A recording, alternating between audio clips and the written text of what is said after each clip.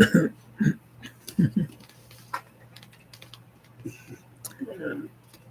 this video, I would like to do a reading of day 3 and day 4 of Genesis and a comparison with the ancient Near East. We've already done chapter 1, verses 1 and 2, and comparing with the ancient Near East. We talked about Enuma Elish, where Apsu and Tiamat, the salt water and fresh water, merged their waters, caused the minor gods to be born.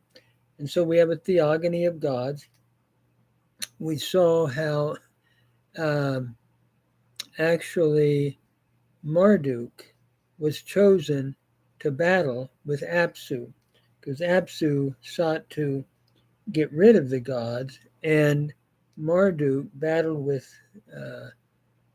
Actually, the gods got rid of Apsu, I should say, and then Tiamat, his wife, became a raging deity, and Marduk was appointed to struggle in battle with Tiamat, and so he defeated her, and with half of her he made the heavens, and half of her he made the earth, and later on, man is an afterthought who is really comes about from the blood of Kingu, who was we might say, the commander in chief of Tiamat. But that's the background in Enuma Elish, where Genesis is so simple and clear in monotheism. God alone is the creator. There's no battle. There's no wife. There's no birthing of gods, a theogony. And, uh, and the Lord creates a disk, as it were, and slides it between the waters, a poetic description of how the Lord said, "Let there be a rakia," an expanse, and he slid it between the waters and separated the waters from the waters. And again, there's no struggle. God just speaks and is in control of everything. What a difference between the Babylonian account of Marduk, which was celebrated in the Babylonian religion, with his struggle with Tiamat in creating the heaven and the earth and so forth. We now come to day 3. Vayomer Elohim yikavu hamayim mitachat hashamayim el makom echad v'tera'eh hayabasha vayichen. And God said, "Let the waters be gathered together from under heaven and into one place, and let the dry land, the Yabashah, be seen."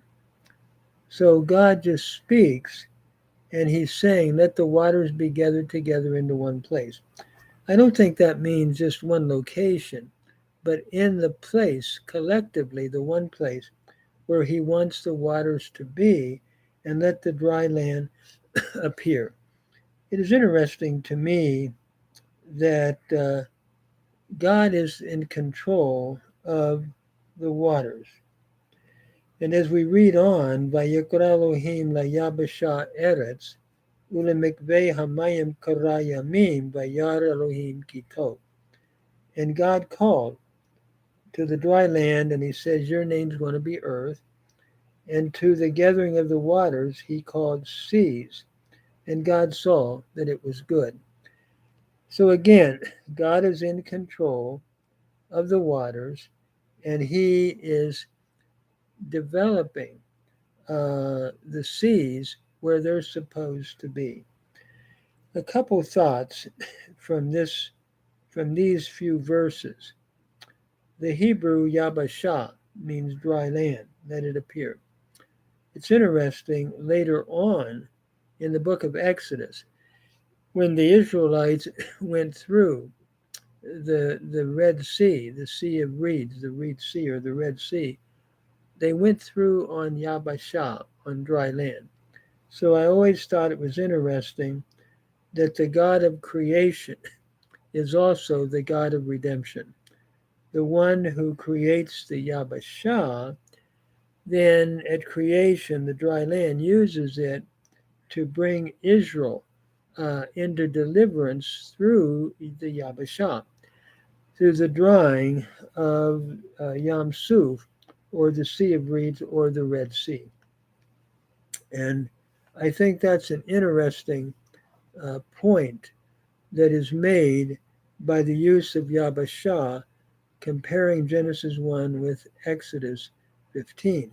It's also interesting to me when I go to the New Testament that all things were made by Christ, we're told in John 1:3, and yet he became flesh and brought redemption. So the Creator in the second person of the Trinity, the instrument of creation, is also the instrument of redemption. Then it's interesting to me as I look at this text, when you look at the ancient Near East, especially in Ugaritic literature, Baal had to always struggle with Yam, with the seas, or with Yam, uh, the sea, so to speak. What's exciting to me here is God does not have to struggle. He just calls it Yamim. He gathers the waters together into one place and called it Yamim, the seas. Unlike Baal, who had to struggle with Yam, God just creates it.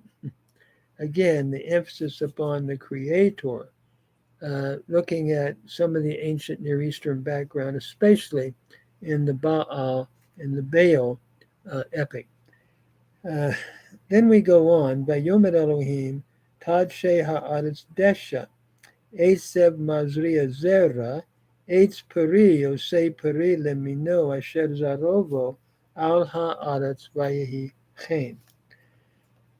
And God said, let the earth green itself with green grass.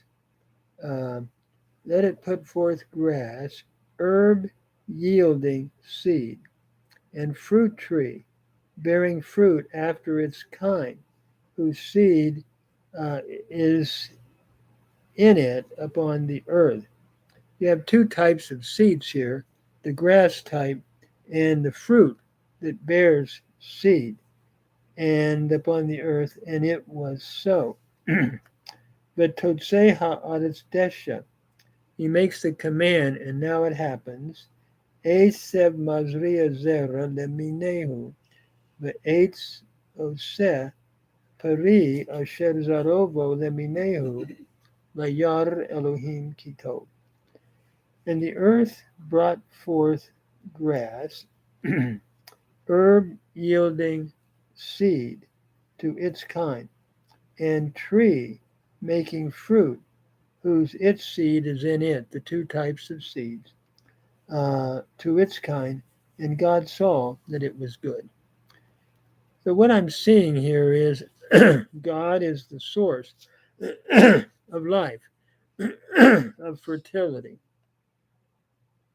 It's not in any of the gods that were known for fertility, like Baal, for example. No, God speaks life, and he puts two types of seeds, the grass type and the seed in the fruit, but he's the source of life and fertility.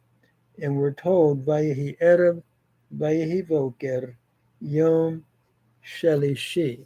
And there was evening, and there was morning, day 3.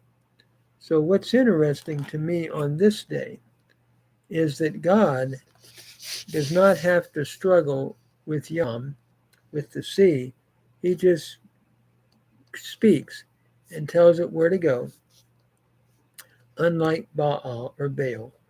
And then, secondly, the real God of fertility that causes fruit bearing because of the seed is God Himself.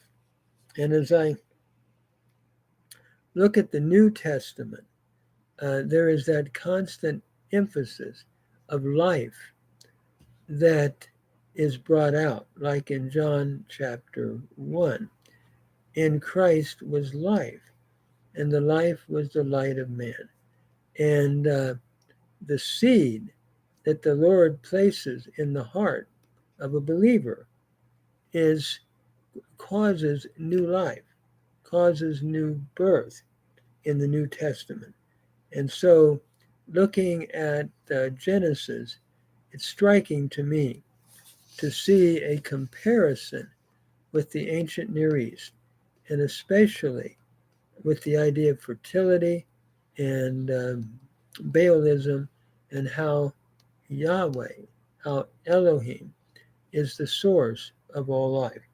And in the New Testament, Christ is the source of spiritual life and the work of the Holy Spirit in the heart.